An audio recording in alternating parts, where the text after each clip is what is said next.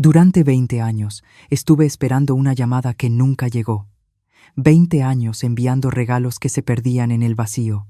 20 años marcando números que sonaban y sonaban hasta que una voz robótica me pedía que dejara un mensaje. Y dejé mensajes. Decenas, cientos de mensajes a lo largo de 2 décadas. Feliz cumpleaños, Verónica. Te extraño tanto. Cristóbal, soy tu mamá. Solo quería saber cómo estás. He pensado en ustedes todo el día. Espero que estén bien. Les mando un abrazo muy grande. Los amo, pero nunca, ni una sola vez en 20 años, recibí respuesta. Ni una llamada de vuelta, ni un mensaje de texto, ni siquiera un correo frío y distante. Nada. El silencio se volvió mi único compañero. La respuesta constante a cada intento desesperado por mantener viva una relación que mis hijos decidieron enterrar sin decírmelo de frente. Esta mañana desperté en mi pequeño departamento de una recámara, el mismo lugar donde he vivido sola desde que mi esposo murió hace 23 años. Las paredes están cubiertas de fotografías de cuando Verónica y Cristóbal eran niños. Ahí está Verónica con su vestido rosa de graduación de la primaria. Cristóbal con su uniforme de béisbol de liga infantil, sonriendo con esa sonrisa que antes iluminaba todo mi mundo.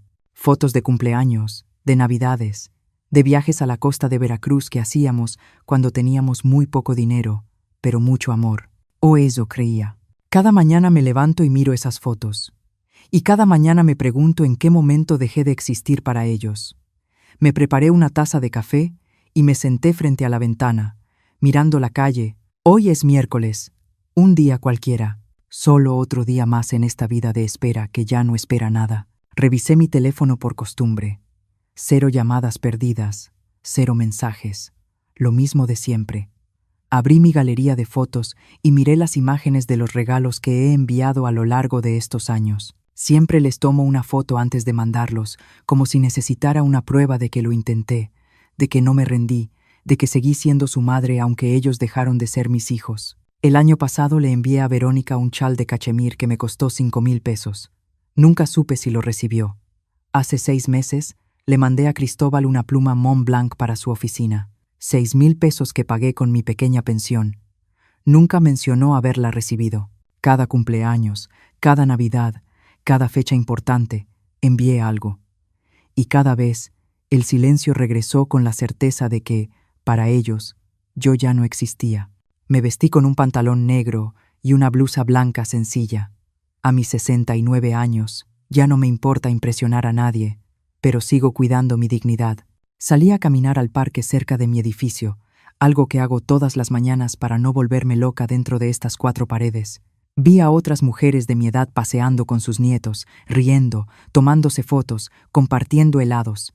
Yo nunca conocí a mis nietos. Sé que Verónica tiene 2, un niño y una niña. Me enteré por Facebook hace 4 años, cuando todavía revisaba sus perfiles antes de que me bloquearan. Cristóbal tiene una hija. También lo supe por las redes sociales, por las migajas de información que logré juntar antes de que esa puerta se cerrara por completo para mí. 3 nietos que no saben mi nombre, que no saben que existo, que crecieron pensando que su abuela simplemente no está.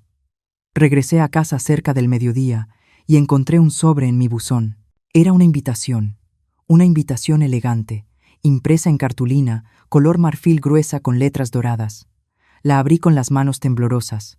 Era de Verónica, una invitación formal a su fiesta de cumpleaños número 45 este sábado en su casa. De 6 de la tarde a 10 de la noche. Código de vestimenta formal. Sentí que algo se movía en mi pecho. Algo que había estado dormido durante tanto tiempo que casi había olvidado que existía. Esperanza. Después de 20 años de silencio, mi hija me estaba invitando a su fiesta. Me senté en el sofá y leí la invitación una y otra vez, buscando algún mensaje personal, alguna nota escrita a mano. No había nada, solo la invitación formal, impresa, impersonal, pero era algo, era más de lo que había tenido en 2 décadas. Pasé los siguientes 3 días preparándome para esa fiesta, como si fuera el evento más importante de mi vida. Fui a una tienda departamental y compré un vestido color vino que me hacía ver elegante, pero no extravagante. No quería llamar demasiado la atención, solo quería verme presentable, parecer una madre de la que pudieran sentirse orgullosos. Gasté 4,000 pesos en el vestido, casi una cuarta parte de mi pensión mensual, pero no me importó. También compré un regalo, un juego de cubiertos de plata ley grabados con las iniciales de Verónica y su esposo, 12,000 pesos. Todo el dinero que había ahorrado durante meses para emergencias. Pero esta era una emergencia de otro tipo. Era mi oportunidad de volver a existir para mis hijos, de recordarles que yo seguía aquí, que siempre había estado aquí, esperando. Llegó el sábado y me arreglé con cuidado. Me puse un maquillaje ligero. Me coloqué el collar de perlas que mi madre me regaló hace más de 40 años. Me puse los zapatos negros de tacón bajo que reservo para ocasiones especiales. Me miré al espejo y vi a una mujer mayor. Sí, con arrugas alrededor de los ojos y el cabello canoso. Ya no me molesto en teñirlo, pero también vi a una mujer que aún tenía dignidad, que seguía erguida a pesar de todo. Tomé un taxi porque ya no manejo. Mi vista ya no es la de antes. Durante el trayecto, practiqué en mi mente lo que les diría. Hola, Verónica. Feliz cumpleaños, hija. Cristóbal. Qué gusto verte. Los he extrañado tanto. Frases simples. Frases que una madre debería poder decir sin ensayarlas, pero necesitaba prepararme porque ya no sabía cómo hablar con mis propios hijos. El taxi me dejó frente a una enorme mansión en una de las zonas residenciales más exclusivas de la ciudad. Me quedé un momento en la banqueta, mirando la casa iluminada, escuchando el murmullo de voces y música que salía del interior. Verónica había prosperado. Eso era evidente. Su esposo, Roberto, era un empresario exitoso y ella se había convertido en una mujer de sociedad. Lo sabía porque, a veces, cuando la soledad se volvía insoportable, buscaba su nombre en Internet y leía artículos sobre las galas benéficas a las que asistía, sobre su membresía en clubes exclusivos, sobre su vida perfecta que no me incluía. Respiré hondo y caminé hacia la puerta principal. Antes de que pudiera tocar el timbre, la puerta se abrió y una empleada doméstica me saludó. «Pase, por favor», me dijo, señalando hacia la parte trasera de la casa. «La fiesta es en el jardín». Caminé por un largo pasillo decorado con arte moderno y muebles que probablemente costaban más que todo lo que yo poseía. Llegué al jardín y me quedé paralizada. Había por lo menos 50 personas. Mesas elegantes con manteles blancos y centros de mesa florales frescos. Meseros uniformados circulaban con charolas de champaña y bocadillos. Una barra completa con un cantinero profesional. Música de jazz en vivo. Era una fiesta perfecta de revista. Costosa, espectacular, y yo, con mi vestido de 4,000 pesos y mi regalo que me había costado todos mis ahorros, me sentí como una impostora que había entrado al lugar equivocado. Busqué a Verónica entre la gente y la encontré riendo con un grupo de mujeres, todas vestidas con ropa de diseñador, todas con ese brillo de dinero y éxito que yo nunca tuve. Me acerqué despacio, sintiendo que cada paso requería más valor del que tenía. Verónica me vio, y su risa se detuvo en seco. Por un segundo, solo un segundo, vi algo en sus ojos que no supe descifrar. Entonces, ella sonrió. Esa sonrisa social perfecta que seguramente enseñan en los clubes exclusivos. «Mamá, dijiste que vendrías», dijo, besando el aire cerca de mi mejilla. Las mujeres a su alrededor me miraron con curiosidad. «Esta es mi madre», Eliana anunció Verónica con un tono que sonaba más a disculpa que a presentación. Las mujeres asintieron con cortesía, pero ninguna hizo el intento de iniciar una conversación conmigo. Verónica se disculpó diciendo que tenía que saludar a otros invitados y me dejó ahí, de pie, sola en medio de una multitud de desconocidos que claramente pertenecían a un mundo del que yo nunca formaría parte. Busqué un lugar para sentarme y encontré una mesa vacía en una esquina del jardín, lejos del centro de la celebración. Desde ahí podía observarlo todo sin estorbar a nadie, que era exactamente lo que parecía esperarse de mí. Vi a Cristóbal entrar al jardín desde la casa. Mi hijo, de 42 años, un abogado corporativo exitoso, vestido con un traje que probablemente costaba más de 40,000 pesos. Entró riendo con un grupo de hombres a su alrededor, como si fuera alguien verdaderamente importante. Lo observé moverse entre los invitados con esa seguridad que solo dan el dinero y el éxito. Me vio. Sé que me vio porque nuestras miradas se cruzaron por una fracción de segundo, y luego simplemente giró la cabeza y continuó su conversación como si yo fuera solo otra silla del jardín, invisible, inexistente. Así fue como me sentí después de 20 años de llamadas sin respuesta, y así fue como él confirmó que, en efecto, lo era. Un mesero se acercó y me ofreció champaña. La tomé solo para tener algo en las manos, algo que hacer con ellas además de dejarlas caer sobre mi regazo. Di un sorbo, y el líquido me supo amargo, aunque seguramente era del caro, del que esta gente bebía sin pensarlo 2 veces. Miré a mi alrededor y vi familias completas, conversando, riendo, abrazándose. Vi a una mujer mayor, probablemente de mi edad, rodeada de lo que parecían ser sus hijos y nietos, todos atentos a cada palabra que decía. Sentí un dolor tan intenso en el pecho que tuve que cerrar los ojos por un momento. Eso era lo que yo había soñado. Eso era lo que pensé que tendría cuando crié a mis hijos, cuando sacrifiqué todo por ellos, cuando trabajé en 2 empleos para que pudieran ir a buenas escuelas, cuando pasé noches enteras cuidándolos cuando estaban enfermos. Los recuerdos comenzaron a inundarme sin que pudiera detenerlos. Verónica tenía 8 años cuando tuvo neumonía. Pasamos 3 noches en el hospital y no me moví de su lado ni un solo segundo. Le cantaba para que se durmiera, le leía cuentos, le prometía que todo iba a estar bien. Cuando por fin salimos del hospital, me abrazó y me dijo que yo era la mejor mamá del mundo. ¿Dónde estaba ahora esa niña? ¿Dónde estaba mi hija que me abrazaba y me necesitaba? Cristóbal tenía 19 años cuando su padre murió. Fue un infarto repentino, sin aviso, sin tiempo para despedidas. Mi esposo se fue y nos dejó solos. Yo, con 2 hijos que criar y deudas que pagar.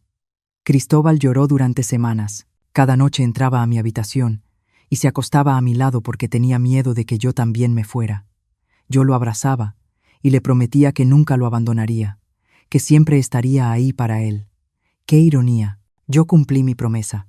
Fueron ellos quienes me abandonaron a mí. El distanciamiento no ocurrió de la noche a la mañana.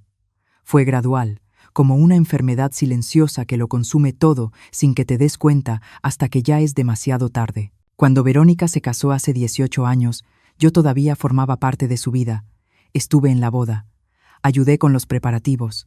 Lloré cuando la vi caminar hacia el altar. Pero después de la boda, las llamadas comenzaron a espaciarse. Una vez por semana se convirtió en una vez cada 2 semanas. Luego una vez al mes. Y después, nada. Cuando le preguntaba si todo estaba bien, siempre tenía una excusa.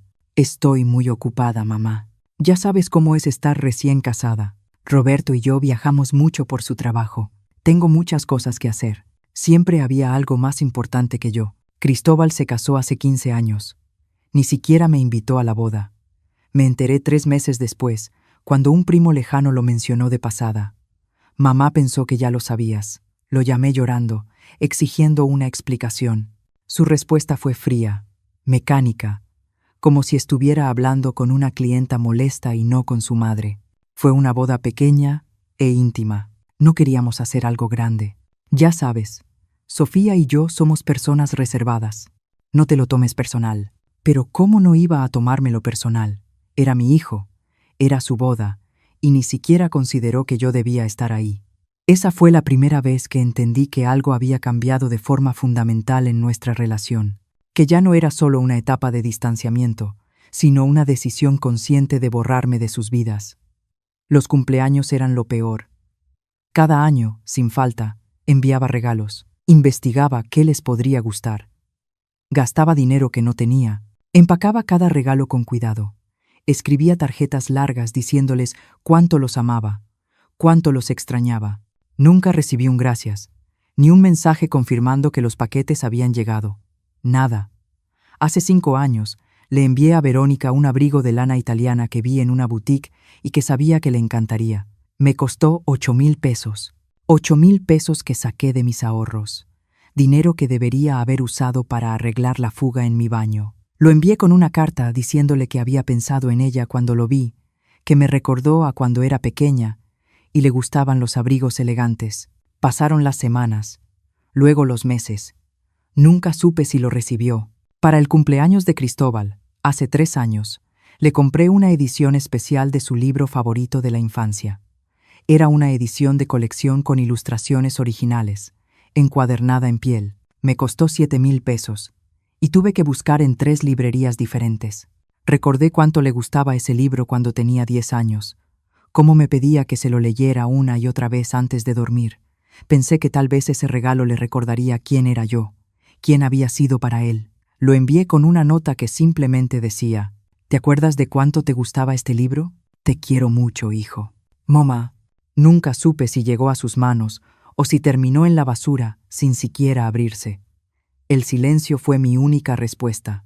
Como siempre, las Navidades eran especialmente dolorosas. Pasaba las fiestas completamente sola en mi departamento, viendo películas navideñas en la televisión y tratando de no pensar que Verónica y Cristóbal estaban celebrando con sus propias familias sin siquiera enviarme un mensaje. Hace 4 Navidades, me atreví a presentarme en la casa de Verónica sin avisar. Toqué el timbre, y ella misma abrió la puerta. La sorpresa en su rostro se transformó rápidamente en una molestia apenas disimulada. «Mamá, ¿qué haces aquí?», me preguntó sin invitarme a pasar. Detrás de ella, podía ver un enorme árbol de Navidad, decoraciones elegantes. Escuché risas de niños.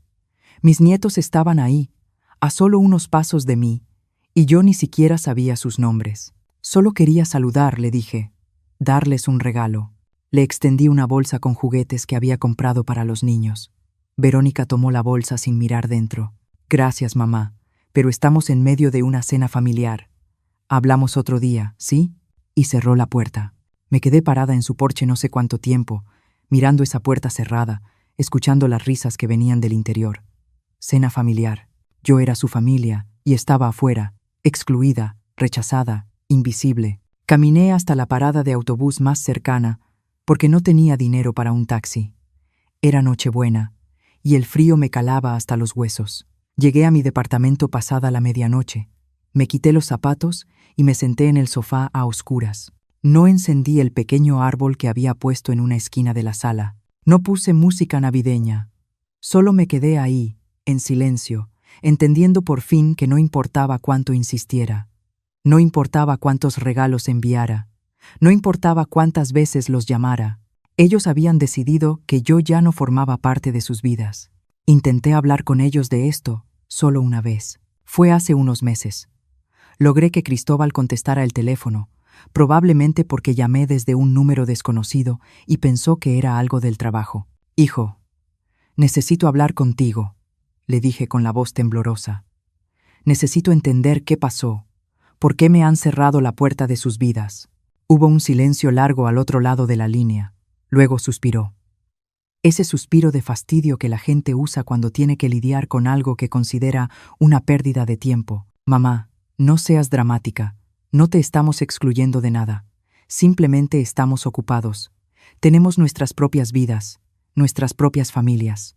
No podemos estar llamándote todo el tiempo». «Pero yo no pido todo el tiempo», respondí, tratando de mantener la calma. «Solo pido saber de ustedes de vez en cuando. Poder ver a mis nietos, ser parte de sus vidas, aunque sea un poco». «Mira», mamá me interrumpió con un tono impaciente. «Ya no somos niños. No necesitamos que estés encima de nosotros todo el tiempo. Hiciste tu trabajo criándonos y lo apreciamos. Pero ahora tienes que entender que tenemos nuestros propios caminos. No es personal, es solo la vida. No es personal». Esas palabras resonaron en mi cabeza durante días. ¿Cómo podía no ser personal que tus propios hijos te borraran de sus vidas?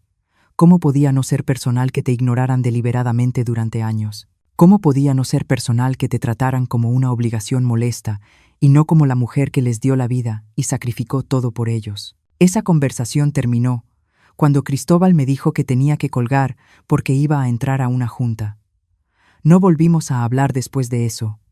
Han pasado 2 años y ese fue nuestro último intercambio de palabras hasta hoy. Sentada en esa mesa del jardín, con mi copa de champaña intacta y mi regalo aún dentro de mi bolsa, entendí algo con una claridad brutal. No me habían invitado a esa fiesta porque Verónica de pronto recordó que tenía una madre. No me habían invitado por amor ni por un deseo genuino de verme. Había algo más detrás de esa invitación, algo que todavía no podía ver, pero que podía sentir en el aire, en la frialdad de las miradas, en la atmósfera cargada de falsedad. Observé a mis dos hijos moverse entre los invitados, anfitriones perfectos, sonrientes, exitosos, rodeados de personas que los admiraban, y comprendí que para ellos yo no era más que un recordatorio incómodo de un pasado que preferían olvidar. La música seguía sonando y las conversaciones fluían a mi alrededor como un río del que yo estaba completamente excluida. Di otro sorbo a la champaña y dejé que los recuerdos siguieran llegando, cada uno más doloroso que el anterior. Recordé el día en que Verónica se graduó de la universidad. Fue hace 22 años, justo antes de que todo empezara a derrumbarse. Yo estaba en la primera fila, aplaudiendo más fuerte que nadie cuando dijeron su nombre. Después de la ceremonia, la abracé y le dije lo orgullosa que estaba de ella. Ella sonrió, me abrazó y me dijo: «Mamá, todo lo que soy es gracias a ti». Esas palabras me sostuvieron durante años. Me aferré a ellas cada vez que el silencio se volvía insoportable.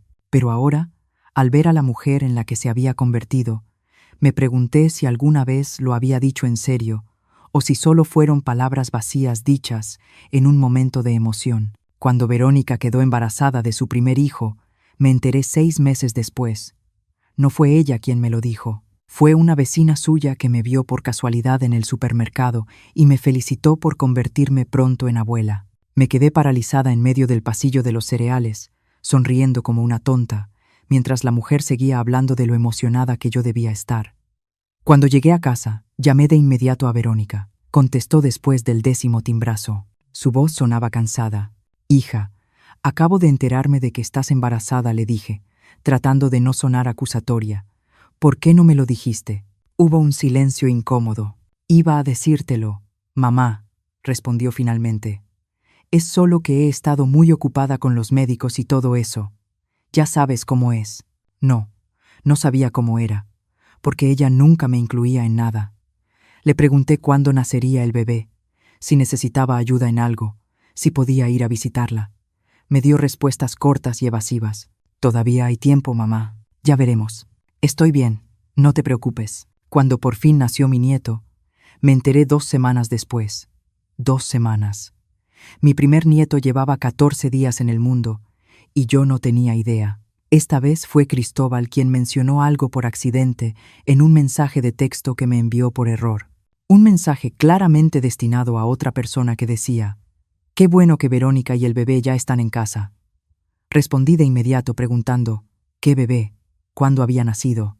¿Cómo se llamaba?». Me llamó 1 hora después. Su voz tenía ese tono de fastidio que ya me resultaba familiar. «Mamá, pensé que Verónica ya te había dicho. El bebé nació hace 2 semanas. Se llama Daniel. Todos están bien». Le rogué que me dejara ir a conocer a mi nieto. Me dijo que hablaría con Verónica y que me avisaría. Pasaron 3 meses antes de que finalmente me permitieran visitarlos. 3 meses en los que insistí, supliqué. Llamé cada semana hasta que, por fin, Verónica cedió solo para que dejara de molestar. Cuando llegué a su casa ese día con regalos que había comprado con lo poco que tenía, ella me recibió en la puerta con el bebé en brazos. No me invitó a pasar. Simplemente se quedó ahí, dejándome ver al niño desde el umbral. «Es hermoso», le dije con lágrimas en los ojos. «¿Puedo cargarlo?» «Está dormido, mamá». «Mejor no despertarlo», respondió. «Solo quería que lo conocieras». «Aquí están los regalos», le dije, extendiéndole las bolsas. «Gracias». «Luego los veo», dijo, tomándolas sin mirarlas. «Tengo que irme, mamá. El bebé necesita comer pronto». Y eso fue todo. Mi primer encuentro con mi nieto duró menos de 5 minutos, de pie en la puerta de la casa de mi hija, como si yo fuera una vendedora ambulante. Lloré todo el camino de regreso a casa. Lloré por ese niño que nunca llegaría a conocerme de verdad, que crecería sin saber quién era su abuela, que probablemente ni siquiera sabría mi nombre. Cuando nació su segundo hijo 2 años después, ni siquiera me molesté en esperar a que me lo dijeran. Revisé su Facebook de forma obsesiva hasta que vi las fotos del nacimiento. Una niña, mi nieta. Envié flores al hospital, pero nunca supe si las recibió. Mandé regalos a su casa, ropa de bebé cara que me tomó meses ahorrar. Nunca recibí confirmación de que hubieran llegado. Era como enviar mensajes al vacío, gritos en el silencio que nunca obtenían respuesta. Con Cristóbal fue igual o peor. Su esposa, Sofía, quedó embarazada y me enteré por una publicación en redes sociales que alguien compartió. Ni siquiera se molestaron en darme la noticia directamente. Llamé a Cristóbal pero no contestó. Le envié mensajes de felicitación. Nada. Intenté contactar a Sofía directamente, pero me había bloqueado en todas las plataformas. Era como si yo fuera un virus del que necesitaban protegerse, una amenaza que debía mantenerse lejos. Cuando nació mi nieta por parte de Cristóbal, nadie me dijo nada. Me enteré 3 meses después, cuando un primo publicó una foto familiar en la que aparecía el bebé. 3 meses, mi familia celebrando a un nuevo miembro. Y yo ni siquiera sabía que existía. Intenté visitarlos. Fui a su casa sin avisar, igual que había hecho con Verónica. Toqué el timbre varias veces, pero nadie abrió, aunque yo sabía que estaban dentro porque vi movimiento detrás de las cortinas. Me quedé ahí como una tonta durante media hora, tocando y tocando, hasta que una vecina salió y me preguntó si necesitaba ayuda. «Estoy esperando a mi hijo», expliqué, sintiendo cómo la humillación me quemaba las mejillas. La mujer me miró con lástima. «Creo que no hay nadie en casa, señora», me dijo con amabilidad, aunque las dos sabíamos que era mentira. Me fui de ahí con el corazón hecho pedazos, entendiendo que mis propios hijos preferían esconderse de mí antes que abrir la puerta y hablar conmigo 5 minutos. Los cumpleaños de mis nietos eran otro tipo de tortura. Enviaba regalos religiosamente para cada uno, juguetes, ropa, libros. Gastaba lo que no tenía intentando comprar, aunque fuera un pequeño espacio en sus vidas. Pero nunca supe si mis nietos abrían esos regalos, si les gustaban, si siquiera sabían quién los había enviado. Probablemente Verónica y Cristóbal los recibían y los guardaban o los regalaban sin decirles a los niños de dónde venían. Era más fácil así. Más fácil borrarme por completo que explicar por qué la abuela, a la que nunca veían, seguía enviando cosas. Hace 2 años le envié a Daniel, mi nieto mayor, una bicicleta por su cumpleaños número 8. Me costó 10,000 pesos. 10,000 pesos que me tomó 6 meses ahorrar. La envié con una tarjeta que decía: «Para mi querido nieto, espero que disfrutes esta bicicleta tanto como tu mamá disfrutó la suya cuando tenía tu edad. Te quiero, aunque no nos conozcamos, tu abuela, Eliana». Nunca supe si Daniel recibió esa bicicleta. Nunca supe si leyó mi tarjeta. Probablemente Verónica la tiró a la basura antes de que él pudiera verla. Era más fácil mantener la narrativa de que yo simplemente no existía, de que por alguna razón misteriosa la abuela no estaba presente en sus vidas. Más fácil que admitir que me habían excluido conscientemente, que habían tomado la decisión deliberada de sacarme de la familia. Miré hacia donde estaba Verónica en ese momento, rodeada de sus amigas elegantes, riendo por algo que alguien había dicho. Me pregunté si alguna vez pensaba en mí, si alguna vez, en medio de sus días perfectos y ocupados, se detenía un segundo para recordar a la mujer que la había criado, que había trabajado en 2 empleos para darle todo lo que necesitaba, que había sacrificado cada día de su vida por ella. Recordé las noches en las que trabajaba como cajera en un supermercado y luego limpiando oficinas para poder pagar la escuela privada donde Verónica quería estudiar. Recordé cómo se me ponían las manos rojas e hinchadas de tanto restregar pisos. Pero seguía adelante porque quería que mi hija tuviera oportunidades que yo nunca tuve. Recordé cuando Cristóbal necesitó clases particulares de matemáticas porque estaba teniendo problemas en la escuela. Esas clases costaban 2,000 pesos la hora. Agregué un tercer trabajo, vendiendo cosméticos de puerta en puerta, los fines de semana, solo para poder pagar ese tutor. Me dolían los pies. Había noches en las que no podía dormir, pero lo hacía porque era mi hijo, porque quería que tuviera éxito, que llegara lejos, y llegaron lejos. Los dos llegaron lejos. Verónica con su mansión, su esposo rico y sus fiestas elegantes. Cristóbal con su despacho de abogados, su traje de 40,000 pesos y su vida perfecta. Llegaron tan lejos que me dejaron atrás como si yo fuera un animal atropellado en la carretera. Algo que ya había cumplido su función y que ahora no era necesario. Los observé a los dos moverse entre sus invitados y sentí algo nuevo, además del dolor. Sentí rabia. una rabia fría y clara que comenzaba a despertarse después de 20 años dormida, bajo capas de tristeza y negación. Había pasado 2 décadas suplicando su atención, rogando por migajas de amor, enviando regalos como si pudiera comprar un lugar en sus corazones. Y todo ese tiempo me habían estado ignorando de forma deliberada, consciente, cruel. Un mesero pasó y dejó una charola de canapés en mi mesa. Los miré sin apetito. Comida cara servida en platos elegantes para personas que probablemente ni siquiera la apreciarían porque estaban acostumbradas a ese nivel de lujo. Pensé en mi refrigerador casi vacío en casa, en cómo tenía que calcular cada compra del supermercado para que mi pensión alcanzara todo el mes. Pensé en los 10,000 pesos que gasté en esa bicicleta, que probablemente terminó regalada, o en un sótano juntando polvo.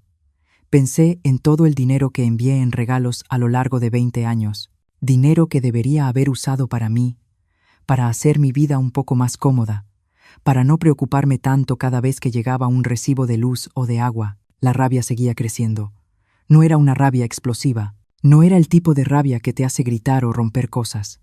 Era una rabia fría, calculadora, la rabia de alguien que por fin está viendo la verdad con total claridad.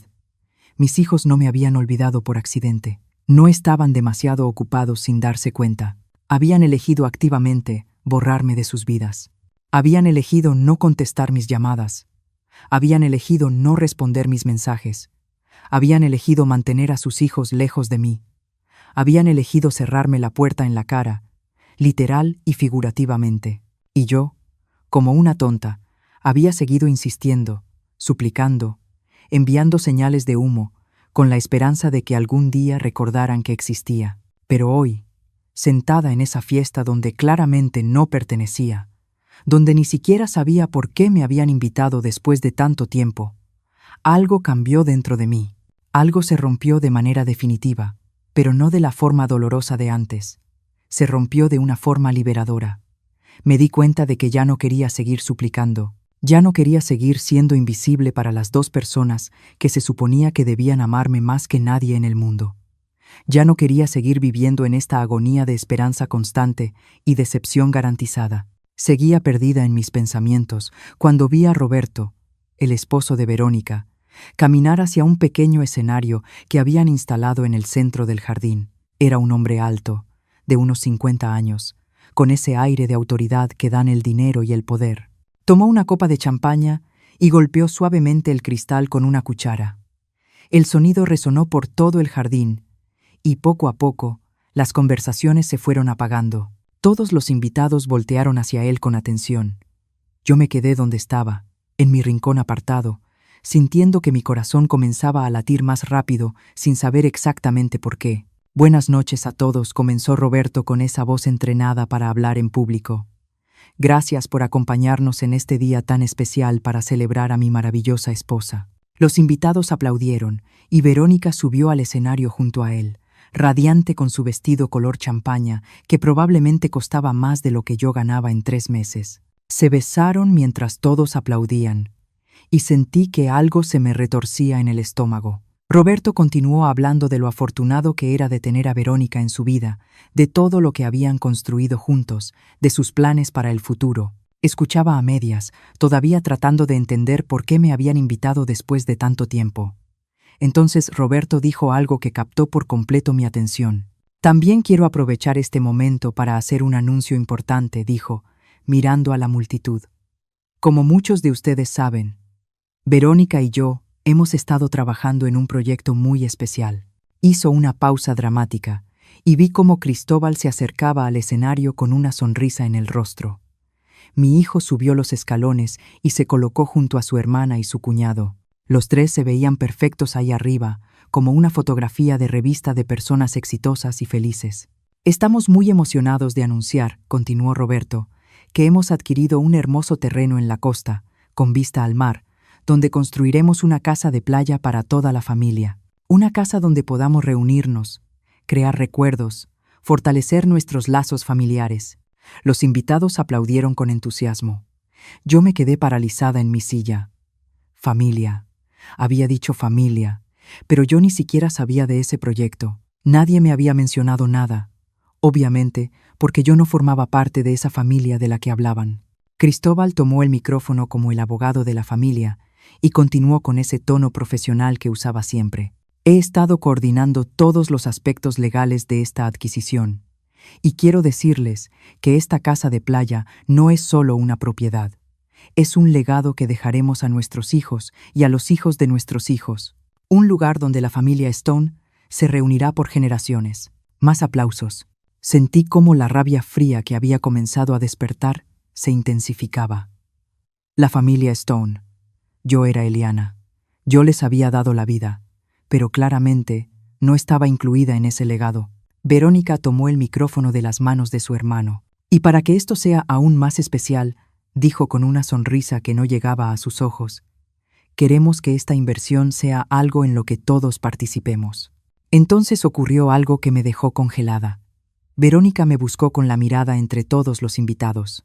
Cuando nuestras miradas se encontraron, su sonrisa se ensanchó, pero había algo en ella que me puso la piel de gallina. Mamá dijo, señalándome, ¿por qué no subes aquí con nosotros? Todos los invitados voltearon a verme, 50 pares de ojos observándome mientras yo seguía sentada, sin saber qué hacer. Ándale, mamá, insistió Verónica. No seas tímida. Mis piernas apenas respondían, pero logré ponerme de pie. Caminé hacia el escenario sintiendo cada mirada clavada en mi espalda. Subí los escalones con cuidado, mis zapatos de tacón bajo resonando contra la madera. Cuando llegué arriba, Verónica pasó un brazo por mis hombros en un gesto que podría parecer cariñoso para cualquiera que no conociera nuestra historia. Miren, dijo, dirigiéndose a los invitados. Aquí está mi madre, Eliana. Después de tantos años, por fin está aquí con nosotros. Había algo en la forma en que dijo esas palabras que sonaba falso, ensayado. Roberto continuó hablando. Como estaba diciendo, queremos que esta casa sea una inversión familiar, y para eso necesitamos que todos los miembros de la familia aporten su parte. Mi corazón empezó a latir aún más rápido. ¿A dónde iba todo esto? Cristóbal me miró directamente. Mamá, sé que papá te dejó la casa donde vivías con él, la casa que vendiste hace 5 años. Sentí como si el suelo se moviera bajo mis pies. ¿Cómo sabía eso? Yo había vendido esa casa 5 años atrás, cuando el mantenimiento se volvió demasiado caro y necesitaba algo más pequeño y manejable. Con ese dinero había comprado mi departamento actual y me había quedado con un pequeño ahorro. Hemos estado pensando, continuó Verónica, apretándome el hombro con más fuerza de la necesaria, que sería maravilloso que pudieras contribuir con ese dinero que tienes ahorrado para esta inversión familiar. Así también tendrías una parte de la casa de playa. Podrías visitarnos ahí, pasar tiempo con tus nietos. Todo se conectó en mi mente como un rompecabezas macabro. Por eso me habían invitado. Por eso, después de 20 años de silencio absoluto, de pronto recibí una invitación elegante a esta fiesta. No era porque me extrañaran. No era porque finalmente se hubieran dado cuenta de que tenían una madre. Era porque necesitaban mi dinero. Necesitaban los ahorros que había acumulado con la venta de la única propiedad que había tenido, la casa que mi esposo y yo compramos juntos, donde criamos a nuestros hijos, donde construimos una vida. ¿Cuánto dinero tienes de esa venta, mamá?, preguntó Cristóbal, como si estuviera en una junta de negocios y no hablando con su madre frente a 50 desconocidos. No pude hablar. Las palabras se me quedaron atoradas en la garganta. Roberto intervino con una sonrisa que fingía ser amable. Mira, Eliana, sé que esto puede tomarte por sorpresa, pero piénsalo. Sería una forma de asegurar tu lugar en la familia, una inversión en el futuro de tus nietos, y por supuesto, podrías usar la casa cuando quisieras. También sería tu casa. Mentiras. Todo eran mentiras. Lo veía en sus ojos, en la forma en que evitaban mirarme directamente, en cómo Verónica soltó mi hombro y ahora mantenía distancia física aunque estuviéramos en el mismo escenario. Nosotros vamos a poner la mayor parte, añadió Verónica, pero pensamos que querrías ser parte de esto. Después de todo, es tu familia. Tu familia. Esas palabras sonaron huecas saliendo de la boca de alguien que no me había llamado en 20 años. De alguien que me cerró la puerta en la cara cuando fui a conocer a mi nieto. De alguien que bloqueó mis números, ignoró mis mensajes, devolvió mis cartas. Cristóbal sacó una carpeta que ya tenía preparada. Ya tengo todos los documentos listos, dijo con eficiencia profesional.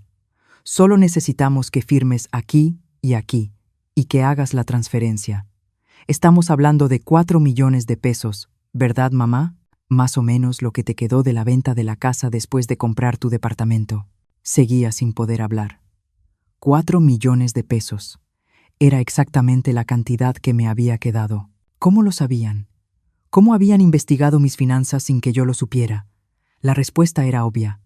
Cristóbal era abogado. Tenía contactos. Había formas de averiguarlo. Habían planeado todo esto con meticulosidad.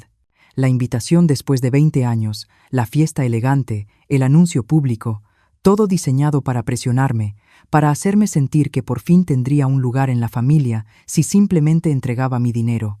Vamos, mamá, dijo Verónica con una impaciencia apenas disimulada. No es tan complicado. Es una buena inversión. El valor del terreno va a subir. Y además, por fin podrás convivir con tus nietos en un ambiente familiar. ¿No es eso lo que siempre has querido? Sí, era lo que siempre había querido, pero no así. No comprado con los ahorros de toda mi vida. No como parte de un plan calculado donde yo era solo un cajero automático al que finalmente decidieron acceder después de ignorarme durante 2 décadas. Todos los invitados nos observaban expectantes. Algunos sonreían, probablemente pensando que estaban presenciando un momento familiar conmovedor. Otros se veían incómodos, como si pudieran sentir la verdadera tensión detrás de esa farsa. Miré a mis 2 hijos, Verónica, con su vestido caro y su vida perfecta. Cristóbal, con su traje de diseñador y su actitud profesional.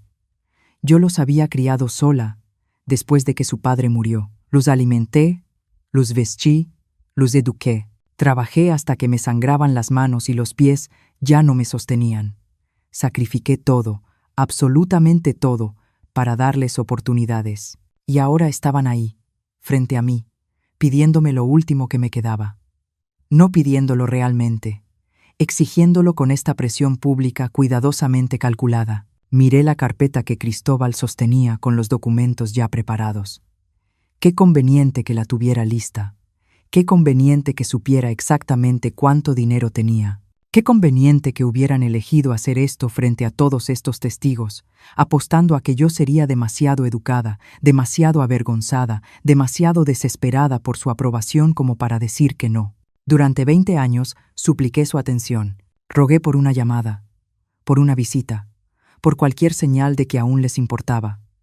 Y en 20 años nunca me dieron nada, ni su tiempo, ni su amor, ni siquiera un mensaje ocasional. Pero ahora que necesitaban algo de mí, ahora sí apareció la familia.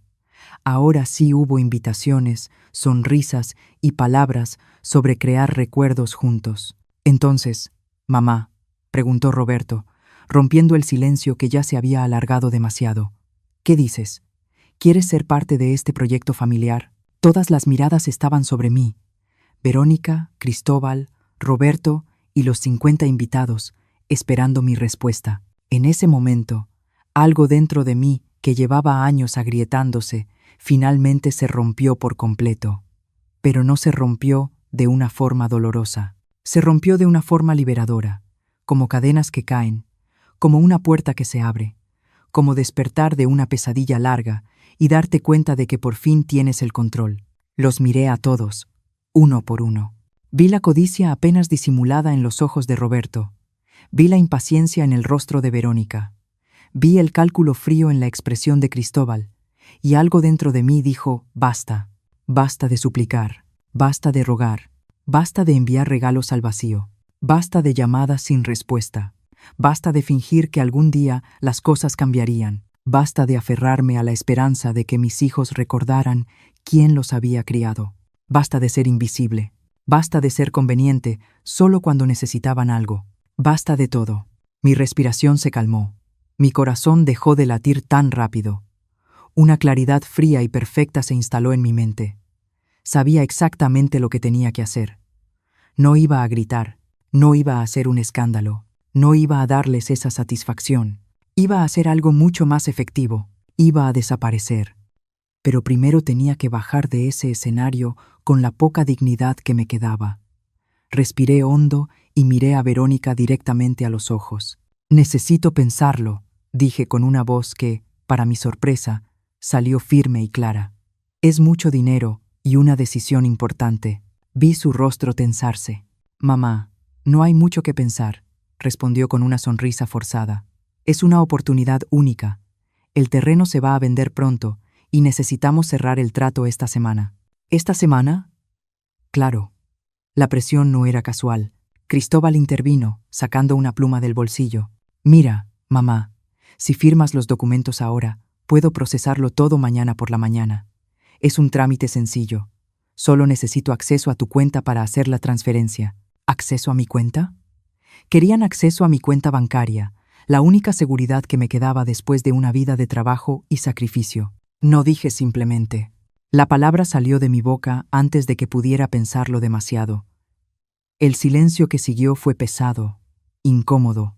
Roberto soltó una risa nerviosa. ¿Cómo que no, Eliana? ¿No entiendes que esto es por tu propio bien también? ¿Por mi propio bien? Repetí, sintiendo cómo la rabia fría se solidificaba dentro de mí. Por mi propio bien habría sido que me llamaran, aunque fuera una sola vez en 20 años. Por mi propio bien habría sido conocer a mis nietos. Por mi propio bien habría sido ser parte de sus vidas, y no solo de esta fiesta cuando necesitan mi dinero. Los rostros de Verónica y Cristóbal se endurecieron. Algunos invitados comenzaron a murmurar entre ellos. «Mamá, no hagas esto aquí», dijo Verónica entre dientes. «No hagas un escándalo». ¿Un escándalo? Yo no era quien había organizado esta emboscada pública. Yo no era quien había planeado humillarme frente a 50 desconocidos. Yo no era quien había investigado mis finanzas a mis espaldas. «Bajen la voz, por favor», dijo Roberto, mirando a los invitados con incomodidad. «Podemos hablar de esto en privado». «No hay nada que hablar», respondí. «No voy a firmar nada. No voy a dar mi dinero. Y ahora me voy». Bajé del escenario, sin esperar respuesta. Me temblaban las piernas, pero seguían avanzando, un pie delante del otro. Escuché a Verónica llamarme, pero no me volteé. Escuché pasos siguiéndome, pero no me detuve. Llegué a mi mesa, tomé mi bolso con el regalo que nunca entregaría y caminé hacia la salida del jardín. Cristóbal me alcanzó antes de que llegara a la casa. Me sujetó el brazo con fuerza. «No puedes irte así, mamá», dijo con voz baja y amenazante. «Suéltame», respondí, tratando de liberar el brazo. «Necesitas entender». Algo continuó sin soltarme. «Esa casa de playa es una inversión inteligente. Si no participas, no esperes tener acceso a ella. No esperes ir a visitarnos ahí. No esperes ser parte de nuestras vacaciones familiares». «No espero nada de ustedes», dije mirándolo directamente. «No he esperado nada en 20 años. ¿Y sabes qué? Por fin lo entendí. No me olvidaron. Eligieron olvidarme. Y yo elegí seguir suplicando como una tonta. Pero eso se acabó». Algo en mi tono debió sorprenderlo porque finalmente soltó mi brazo. «Mamá», empezó a decir. Lo interrumpí. «No me llames mamá. Las madres reciben llamadas de sus hijos. Las madres conocen a sus nietos. Las madres forman parte de la vida de su familia. Yo no soy tu madre. Solo soy alguien con dinero que de pronto les interesa». Me di la vuelta y seguí caminando. Esta vez, nadie me detuvo. Salí de esa casa, de ese jardín perfecto, de esa farsa de celebración familiar. Llamé a un taxi desde la calle y esperé bajo las luces de la entrada mientras la fiesta continuaba dentro como si nada hubiera pasado. Probablemente Roberto ya estaba haciendo otro brindis, distrayendo a los invitados, salvando las apariencias. Cuando llegó el taxi, subí y le di mi dirección al conductor. Miré por la ventana mientras nos alejábamos de esa mansión iluminada, y en ese momento, con una claridad que nunca antes había tenido, supe exactamente lo que iba a hacer. No iba a seguir suplicando, no iba a seguir esperando, no iba a seguir siendo la madre invisible que solo existía cuando la necesitaban. Iba a desaparecer de verdad, por completo, y cuando lo hiciera, sería de tal forma que nunca, jamás, pudieran encontrarme ni acceder a lo que era mío. El taxi avanzaba por las calles oscuras y sentí que cada kilómetro que me alejaba de esa casa era un kilómetro hacia mi libertad, hacia mi nueva vida, hacia la mujer que debía haber sido hace 20 años. Cuando el silencio comenzó, pero mejor tarde que nunca, llegué a mi departamento pasada la medianoche. Me quité el vestido color vino y lo doblé con cuidado, sabiendo que nunca volvería a usarlo. Me puse mi bata vieja y me senté en la mesa de la cocina con una taza de té que no tenía intención de beber. Solo necesitaba algo caliente entre las manos, mientras mi mente trabajaba con una claridad que nunca antes había experimentado. No sentí dolor, no sentí tristeza. Sentí una determinación pura y fría. Saqué un cuaderno y empecé a escribir una lista. No era una lista emocional, era práctica, metódica, definitiva. Primero, cambiar legalmente mi nombre. Segundo, vender el departamento. Tercero, cerrar todas mis cuentas bancarias y abrir nuevas en otro banco. Cuarto, cancelar mi número de teléfono. Quinto, borrar todas mis redes sociales. Sexto, contactar a un abogado para revisar mi testamento. La lista continuaba. Cada punto era un paso hacia mi desaparición completa. No iba a dejar rastros, no iba a dejar puertas abiertas, no iba a darles la oportunidad de encontrarme cuando volvieran a necesitar algo de mí. Me quedé despierta toda la noche planeando cada detalle. Cuando amaneció el lunes, me vestí con ropa cómoda y salí de mi departamento con un propósito claro. Mi primera parada fue el despacho de una abogada que encontré en internet, alguien que no tuviera ninguna conexión con Cristóbal ni con su círculo profesional. Era una mujer de unos 50 años llamada Lic, Sofía Paredes. Le expliqué mi situación sin entrar en demasiados detalles emocionales, solo los hechos. Quiero cambiar mi nombre completo, le dije, y necesito hacerlo de una forma difícil de rastrear. Sofía me miró con unos ojos que ya habían visto muchas historias. No me juzgó, no me preguntó si estaba segura. Simplemente asintió y empezó a explicarme el proceso. Tomará aproximadamente 3 meses, me dijo. Tenemos que presentar una solicitud ante el juez, publicar el cambio en el diario oficial y esperar el plazo legal por si hubiera objeciones. 3 meses. Podía esperar 3 meses. Había esperado 20 años por un amor que nunca llegó. Podía esperar 3 meses por mi libertad. ¿Y el testamento?, pregunté. También necesito cambiarlo. Sofía sacó unos formularios y empezó a hacerme preguntas. ¿Tiene beneficiarios actuales? Sí, respondí. Mis 2 hijos. Pero quiero eliminarlos por completo. Quiero que todo lo que tengo vaya a una organización benéfica cuando muera. Ella anotó todo sin hacer comentarios. También necesito revisar cualquier documento donde puedan aparecer como contactos de emergencia, apoderados o beneficiarios de seguros. Quiero quitarlos de todo. Sofía levantó la vista. Eso es muy definitivo, señora Eliana. ¿Está completamente segura? La miré directamente a los ojos. No he existido para ellos durante 20 años. Es hora de que ellos dejen de existir para mí también, solo que esta vez será legal y permanente. Asintió y continuó tomando notas. Vamos a revisar todo. Cuentas bancarias, seguros, propiedades, documentos médicos. Nos aseguraremos de que no tengan acceso a nada que sea suyo. Le pagué un anticipo de 20,000 pesos y salí con una carpeta llena de documentos que tenía que firmar. Mi siguiente parada fue el banco. Pedí hablar con el gerente y le expliqué que necesitaba cerrar todas mis cuentas y abrir nuevas en un banco completamente diferente. El hombre me miró confundido. ¿Hay algún problema con nuestro servicio, señora? No respondí. Solo necesito hacer cambios en mi vida financiera. Es personal. Me ayudó a cerrar las cuentas. Me entregó cheques de caja con el dinero que tenía en cada una, 4,300,000 pesos en total. Todo lo que me quedaba de la venta de la casa, más los pequeños ahorros que había acumulado durante años. Salí de ahí y fui directamente a otro banco, al otro lado de la ciudad.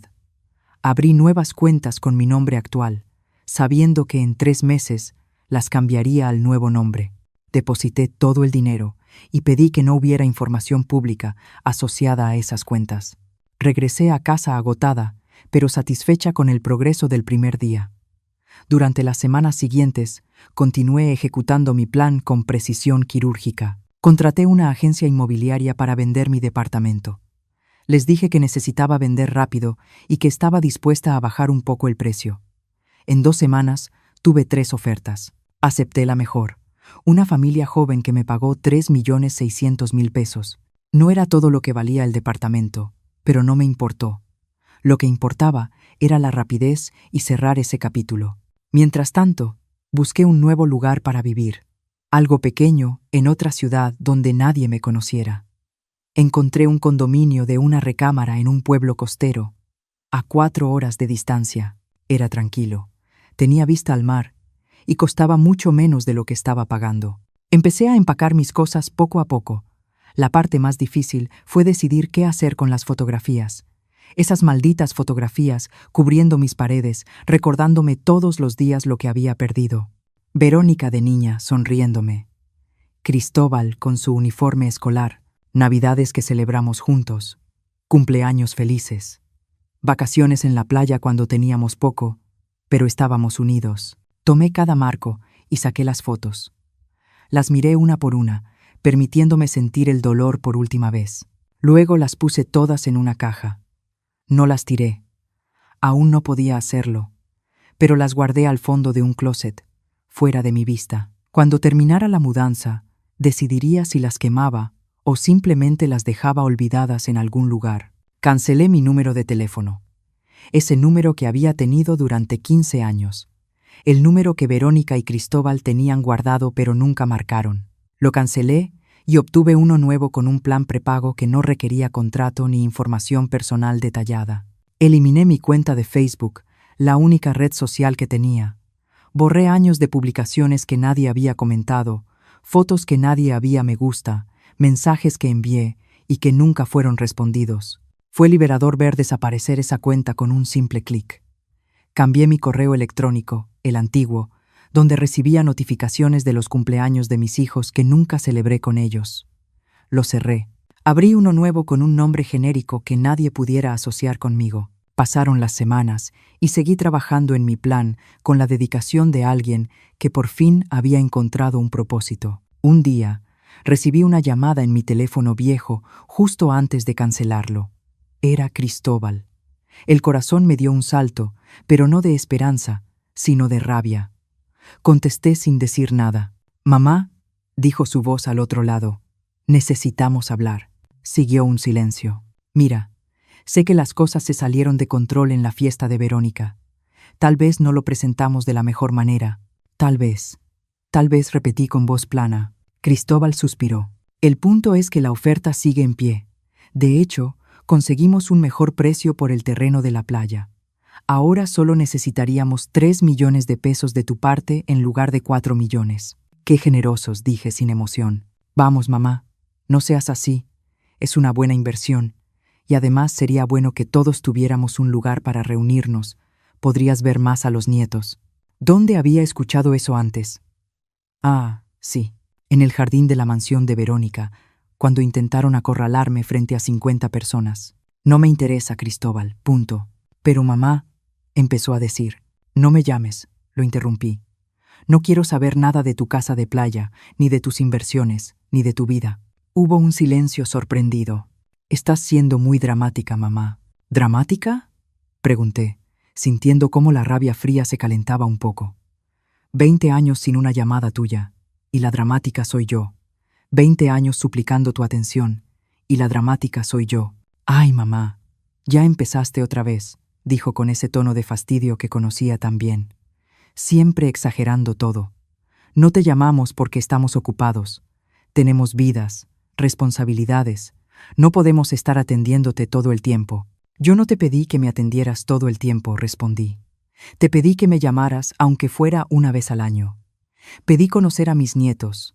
Pedí ser parte de sus vidas de alguna manera. Y ustedes decidieron conscientemente que yo no importaba. Y ahora que necesitan dinero, de pronto sí importo». «Eso no es así, y lo sabes», dijo. «Mira, si no quieres invertir en la casa, está bien, pero no vengas después queriendo ir o pasar tiempo ahí con la familia». «¿La familia?», repetí. «¿Qué familia, Cristóbal? La familia se cuida. La familia contesta el teléfono. La familia no desaparece durante 2 décadas y luego reaparece pidiendo dinero». «Estás siendo ridícula», dijo, alzando la voz. «¿Sabes qué, mamá? Haz lo que quieras, pero no esperes que sigamos rogándote que seas parte de nuestras vidas». «Nunca me rogaste nada», respondí. «Yo fui la que rogó. Pero eso se acabó». Y colgué. Inmediatamente después, apagué el teléfono. Saqué la tarjeta SIM y la corté en pedazos con unas tijeras. Ese número dejó de existir en ese momento, y con él, la última conexión que Verónica y Cristóbal tenían para encontrarme. 3 meses después, mi transformación estaba completa. El juez había aprobado mi cambio de nombre. Ya no era Eliana Orozco, ahora era Eliana Rosales. Decirlo en voz alta todavía me sonaba extraño, pero ese era el punto. Una vida nueva necesitaba un nombre nuevo para una vida nueva. Todavía sonaba extraño cuando lo decía en voz alta, pero ahora era mi nombre. Mi departamento se había vendido y el trato estaba cerrado. Ya no vivía en la misma ciudad. Me había mudado a ese pueblo costero donde nadie me conocía, donde podía caminar por la playa todas las mañanas sin toparme con nadie de mi pasado. Mi nuevo condominio era pequeño, pero suficiente. Tenía un balcón con vista al mar donde tomaba café cada mañana viendo salir el sol. Era paz, era silencio, era libertad. Había transferido todo mi dinero a las nuevas cuentas con mi nuevo nombre. 7.900.000 pesos en total, entre lo que había ahorrado y lo que obtuve por la venta del departamento. Era más que suficiente para vivir cómodamente el resto de mi vida si era cuidadosa. Lic. Sofía Paredes, mi abogada, había completado todos los cambios legales. Verónica y Cristóbal habían sido eliminados de absolutamente todo. Mi testamento ahora dejaba todo a una fundación que ayudaba a mujeres mayores abandonadas por sus familias. Era irónico y apropiado. Mi seguro de vida tenía al mismo beneficiario.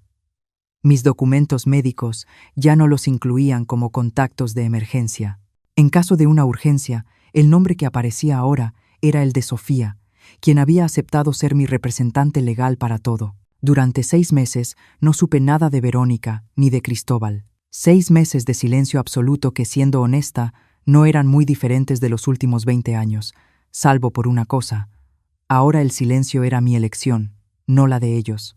Yo era quien había desaparecido. Yo era quien había cortado los lazos. Y se sentía bien. Se sentía poderoso. Había hecho amistad con algunas personas en mi nuevo vecindario.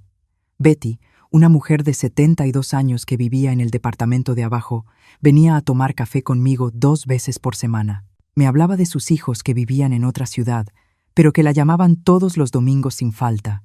Yo sonreía y asentía sin contarle mi historia. Para ella, yo era simplemente Eliana, una viuda que había decidido retirarse cerca del mar. Una tarde de octubre, 6 meses después de la fiesta de Verónica, mi nuevo teléfono sonó.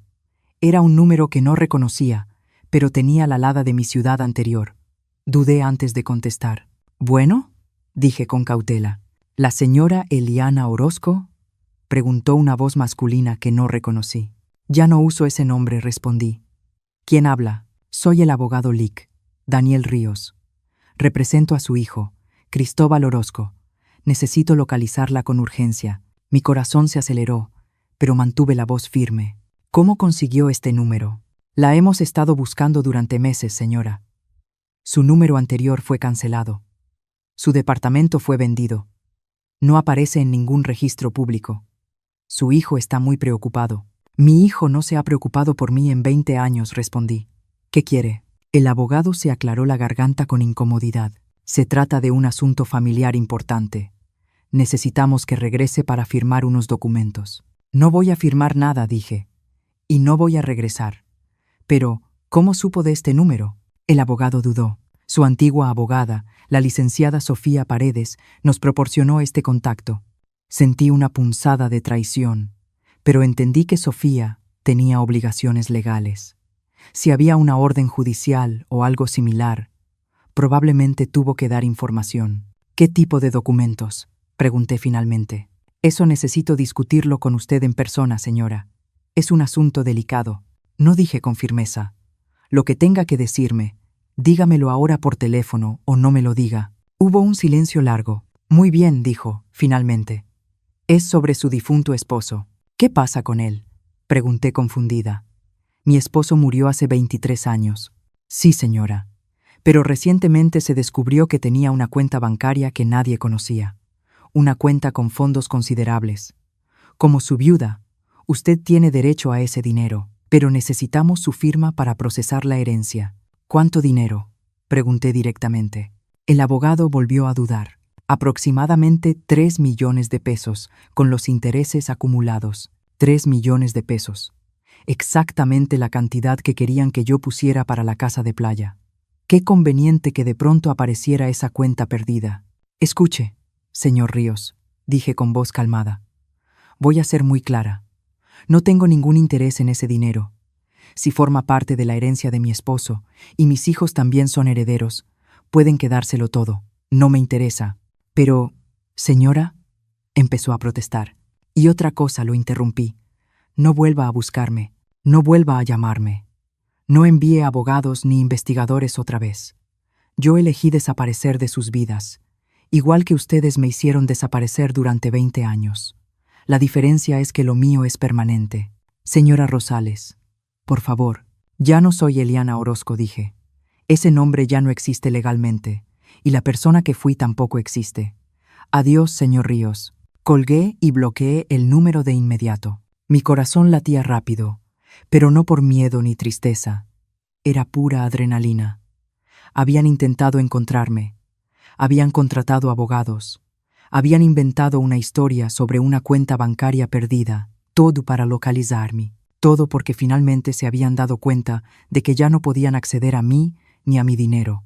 Me serví un vaso de agua y salí al balcón. El sol se estaba poniendo sobre el océano, pintando el cielo de tonos naranjas y rosas. Respiré el aire salado y me permití sentir la victoria. Habían pasado 6 meses buscándome, 6 meses intentando rastrearme, y yo simplemente había desaparecido. Pero sabía que esto no había terminado. Conocía a mis hijos. Conocía su insistencia cuando querían algo. No se rendirían tan fácilmente. Una semana después, recibí una carta certificada. Venía de un juzgado. La abrí con las manos temblorosas. Era una citación. Cristóbal me estaba demandando por abandono de responsabilidades familiares. Leí el documento con incredulidad.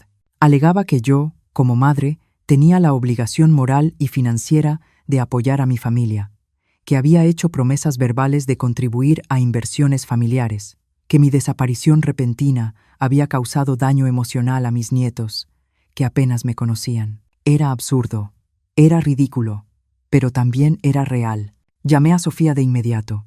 Recibí la citación, le dije. ¿De verdad pueden demandarme por esto? Sofía suspiró. Pueden intentarlo, pero no tienen ningún caso. No tienes obligación legal de darles dinero.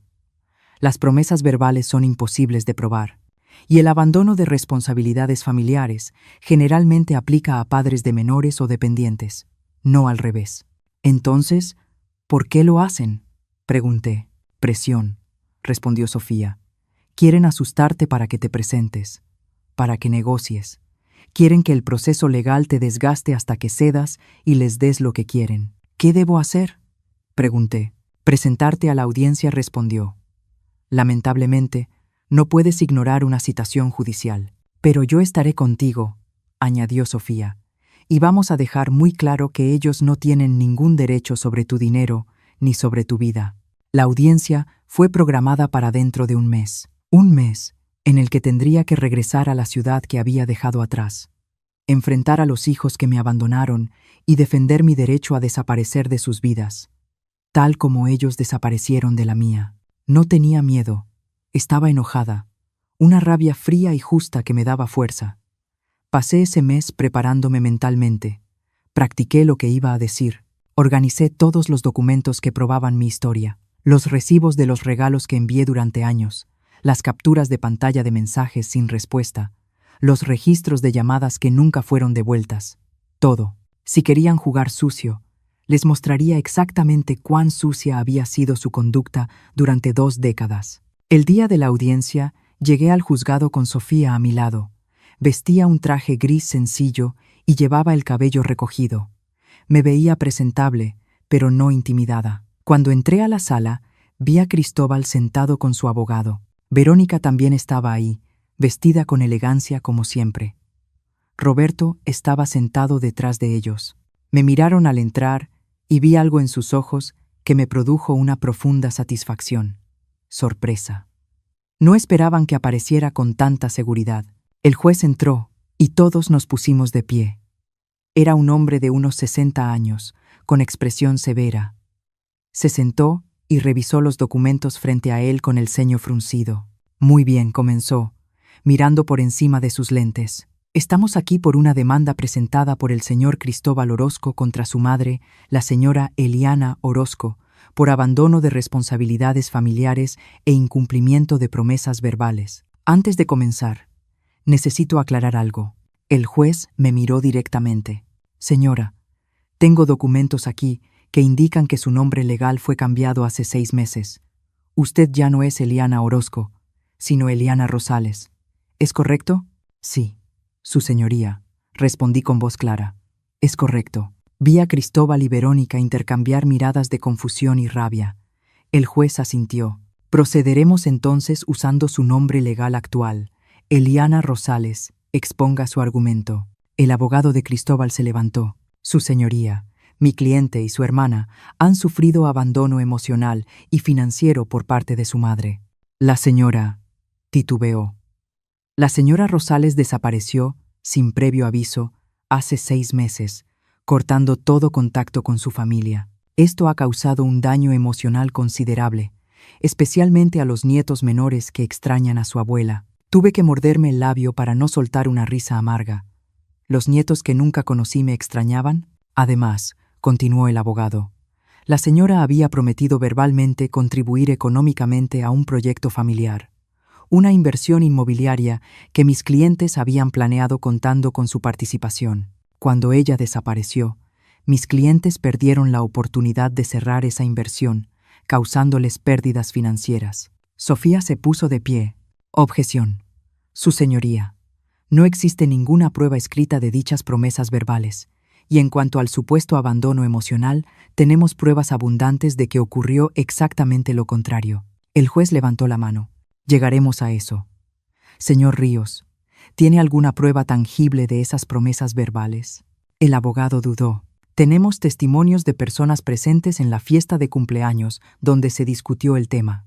Testimonios de personas que estuvieron en esa emboscada pública, pensé. El juez parecía escéptico. Continúe. Solicito llamar a la señora Verónica Stone a declarar. Verónica se levantó y caminó hacia el estrado. Se veía perfecta como siempre, cada cabello en su lugar, su ropa cara y elegante. Juró decir la verdad y se sentó. Señora Stone, comenzó su abogado, ¿puede describir la relación que ha tenido con su madre a lo largo de los años? Verónica respiró hondo y adoptó su expresión de víctima. Mi madre siempre ha sido una persona muy difícil, comenzó. Después de que mi padre murió, se volvió demandante, necesitada de atención constante. Intenté mantener contacto, pero era agotador. Cada conversación terminaba con ella, quejándose de que no la visitábamos lo suficiente, de que no la llamábamos lo suficiente. Era una carga emocional muy pesada. Apreté los puños debajo de la mesa, pero mantuve el rostro neutro. ¿Y respecto a la inversión inmobiliaria?, continuó el abogado. Sí, respondió Verónica. Pensamos que sería una oportunidad maravillosa para por fin tener un lugar donde reunirnos como familia. Un sitio donde mi mamá pudiera pasar tiempo con sus nietos. Le explicamos todo en mi fiesta de cumpleaños. Parecía interesada. Dijo que lo pensaría, y luego desapareció sin dar explicaciones. Vendió su casa, cambió su nombre, y se fue sin decirnos a dónde. Nos dejó preocupados, sin saber si estaba viva o muerta, dijo, con los ojos llenos de lágrimas perfectamente calculadas. Mis hijos preguntan por su abuela todo el tiempo. No sé qué decirles. Sofía se levantó para el contrainterrogatorio.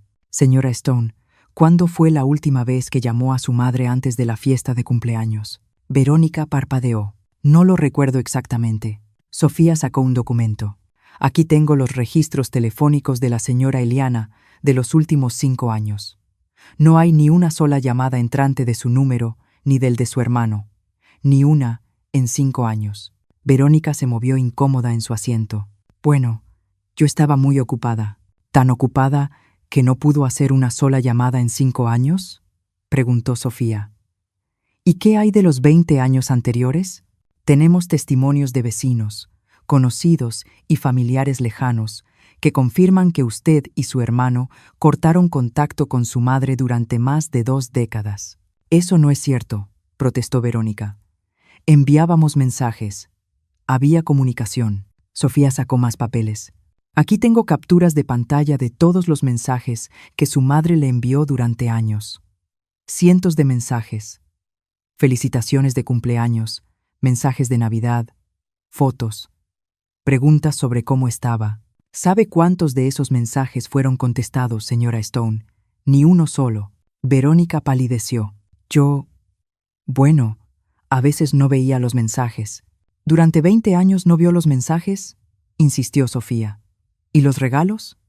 Su madre tiene recibos de docenas de regalos enviados a su domicilio. Regalos caros comprados con su pensión. Un chal de cachemira de 5,000 pesos. Un juego de cubiertos de plata de 12,000 pesos. Una bicicleta para su hijo de 10,000 pesos. ¿Alguna vez le dio las gracias por esos regalos? ¿Alguna vez le avisó que los había recibido? Verónica no respondió. ¿Y los nietos?, continuó Sofía, implacable. Su madre fue a su casa cuando nació su primer hijo. Usted la dejó de pie en la puerta menos de 5 minutos. No la dejó pasar.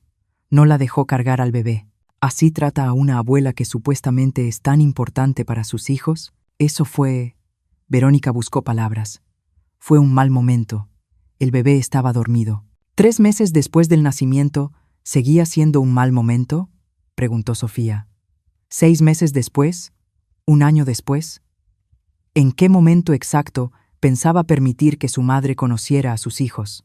Está acosando a la testigo, intervino el abogado. El juez negó con la cabeza. Objeción denegada. Quiero escuchar la respuesta.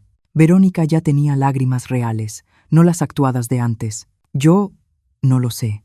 Las cosas eran complicadas. ¿Complicadas?, repitió Sofía. ¿O simplemente no le importaba? No le importó durante 20 años, hasta que necesitó el dinero de su madre para su casa de playa. Entonces sí se acordó de que tenía madre. Entonces sí la invitó a una fiesta. No para celebrarla, sino para presionarla públicamente para que les diera 3 millones de pesos. No fue así, protestó Verónica débilmente. Sofía se volvió hacia el juez. Su señoría, este no es un caso de abandono materno. Es un caso de hijos adultos que abandonaron a su madre durante 2 décadas y ahora están molestos porque ella finalmente tomó control de su propia vida y de sus recursos financieros. No tienen ningún derecho legal sobre el dinero de mi clienta. Tampoco tienen derecho moral, considerando cómo la trataron. Verónica bajó del estrado visiblemente afectada. Cristóbal fue llamado a testificar a continuación. Su versión fue similar a la de su hermana. Habló de cómo yo era difícil, exigente, de cómo habían intentado mantener contacto, pero yo siempre quería más. Sofía lo desmanteló igual que a Verónica, con prueba tras prueba de sus años de silencio y negligencia. Finalmente, me llamaron a testificar. Caminé hacia el estrado con la cabeza en alto. Juré decir la verdad, aunque la verdad ya era más que clara en los documentos que Sofía había presentado. Señora Eliana, comenzó Sofía, ¿puede explicar al juez por qué decidió cambiar su nombre y mudarse? Miré directamente al juez. Durante 20 años intenté mantener una relación con mis hijos. Los llamé y no contestaron. Les envié mensajes y no respondieron. Les mandé regalos y nunca supe si los recibieron. Fui a sus casas y me cerraron la puerta en la cara. Mis nietos tienen 10, 7 y 5 años. Nunca los he cargado. Nunca he pasado un cumpleaños con ellos. Apenas sé sus nombres. Mi voz se quebró ligeramente, pero continué. No porque yo no quisiera, sino porque mis hijos me excluyeron conscientemente de sus vidas. Durante 20 años supliqué por su amor, por su atención, por un pequeño espacio en sus vidas perfectas. Y durante 20 años me ignoraron por completo hasta que necesitaron dinero. Entonces sí, me invitaron a una fiesta, no para reconectar, sino para presionarme frente a 50 desconocidos para que les entregara los ahorros de toda mi vida. ¿Y cuándo se dio cuenta de eso?, preguntó Sofía, aunque ya conocía la respuesta. En el momento en que me pidieron que firmara unos documentos que ya tenían preparados, respondí. En el momento en que mi hijo Cristóbal me dijo exactamente cuánto dinero tenía. Información que solo pudo haber obtenido investigándome a mis espaldas. Ahí entendí que para ellos yo nunca fui su madre. Solo era una cuenta bancaria a la que por fin decidieron acceder. Miré directamente a Cristóbal y a Verónica, y decidí que, si para ellos yo no existía, entonces dejaría de existir de verdad, legal, física, completamente. El juez escuchó con atención. Señora Rosales me preguntó directamente, ¿qué es lo que usted quiere de esta situación? Quiero que me dejen en paz, su señoría, respondí. Quiero que respeten mi decisión de vivir mi vida sin ellos, de la misma forma en que ellos vivieron sus vidas sin mí durante 20 años. No les debo nada, no les debo dinero, no les debo explicaciones, no les debo mi presencia. Ellos tomaron su decisión hace 20 años. Yo tomé la mía hace 6 meses, y mi decisión es definitiva. El juez asintió, y nos pidió que saliéramos mientras deliberaba. Esperamos afuera de la sala durante 30 minutos. Se sintieron eternos. Cristóbal y Verónica estaban al otro lado del pasillo, hablando en voz baja con su abogado. No me miraron ni una sola vez. Finalmente, nos llamaron de nuevo. El juez tenía los documentos ordenados frente a él, y su expresión era seria, pero clara. He revisado todas las pruebas presentadas. Comenzó, y debo decir que este es uno de los casos más claros que he visto en mucho tiempo. Se quitó los lentes y miró directamente a Cristóbal y a Verónica. Cristóbal Orozco. Señora Stone, ustedes comparecen ante este tribunal alegando abandono por parte de su madre. Sin embargo, las pruebas demuestran exactamente lo contrario.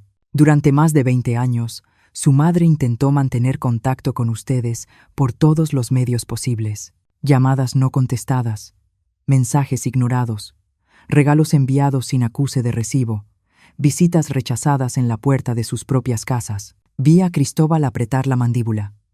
Verónica bajó la mirada. El juez continuó. No existe ninguna ley que obligue a una madre de hijos adultos e independientes a mantener contacto con ellos si no lo desea. Mucho menos existe una ley que la obligue a contribuir económicamente a los proyectos de inversión de sus hijos. Las supuestas promesas verbales que ustedes alegan son imposibles de verificar y, francamente, considerando el contexto presentado, parecen más una fabricación conveniente que una realidad.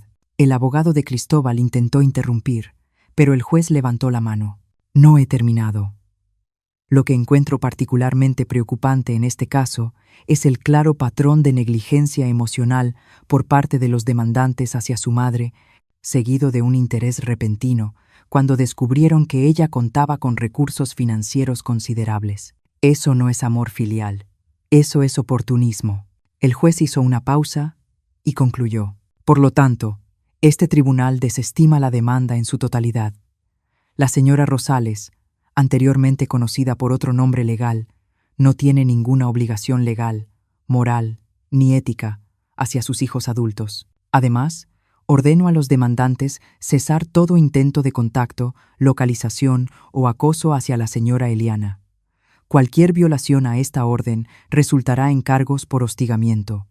Caso cerrado. El golpe del mazo resonó en la sala como un disparo. Sentí que algo se liberaba dentro de mi pecho. Era oficial, era legal, era definitivo. Sofía apretó mi mano debajo de la mesa. Cristóbal se levantó de golpe. «Esto es ridículo», exclamó. «Es nuestra madre. Tiene obligaciones con nosotros». El juez lo miró con severidad. «Cristóbal Orozco, le sugiero que se siente y acepte el veredicto. De lo contrario, lo declararé en desacato. Y permítame añadir algo personal, aunque no forme parte del fallo oficial. Soy padre de 3 hijos y abuelo de 5 nietos. No puedo imaginar pasar 20 días sin hablar con ellos, mucho menos 20 años. Lo que ustedes le hicieron a su madre es imperdonable. Y que ahora vengan llorando porque ella finalmente dijo, «Basta», es patético. Salga de mi tribunal». Cristóbal quedó paralizado. Verónica empezó a llorar. Lágrimas reales esta vez. Lágrimas de rabia y humillación. Roberto la tomó del brazo intentando sacarla de la sala, pero Verónica se soltó y caminó hacia mí. Mamá empezó con la voz rota. «Por favor, no hagas esto. Podemos arreglar las cosas». La miré a los ojos, esos ojos tan parecidos a los míos, pero que me miraban como si yo fuera una extraña. «No hay nada que arreglar», Verónica, dije con voz tranquila. «Tú y tu hermano tomaron su decisión hace muchos años. Eligieron sus vidas sin mí y yo las respeté. Ahora yo he elegido mi vida sin ustedes, y necesito que respeten mi decisión. Pero somos tu familia. Yo soy yo, respondí. La familia no desaparece durante 20 años. La familia no te cierra la puerta en la cara. La familia no ignora llamadas y mensajes durante 2 décadas. La familia no aparece solo cuando necesita dinero. Ustedes no fueron mi familia durante 20 años. No voy a fingir que ahora sí lo son, dije. Me di la vuelta para irme, pero Cristóbal me bloqueó el paso. Te vas a arrepentir de esto, dijo, con voz baja y amenazante. Cuando seas vieja y estés enferma y necesites ayuda, no vamos a estar ahí. Lo miré directamente y por primera vez en años sonreí. Una sonrisa triste, pero genuina. Cristóbal, nunca has estado ahí, respondí. Ni cuando yo era más joven y te necesitaba, ni cuando estaba sola y te rogaba por tu compañía. ¿Por qué pensaría que estarías ahí en el futuro? Ya hice arreglos para mi vejez. Tengo un seguro médico excelente. Tengo suficientes ahorros para contratar cuidados si los necesito. Y, lo más importante, tengo mi dignidad intacta. Algo que tú perdiste hace mucho tiempo. Me hice a un lado y pasé junto a él. Sofía me siguió. Salimos del juzgado a la luz del día.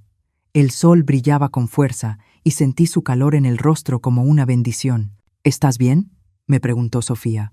Estoy perfecta, respondí, y lo decía en serio. Por primera vez en 20 años, estaba perfecta.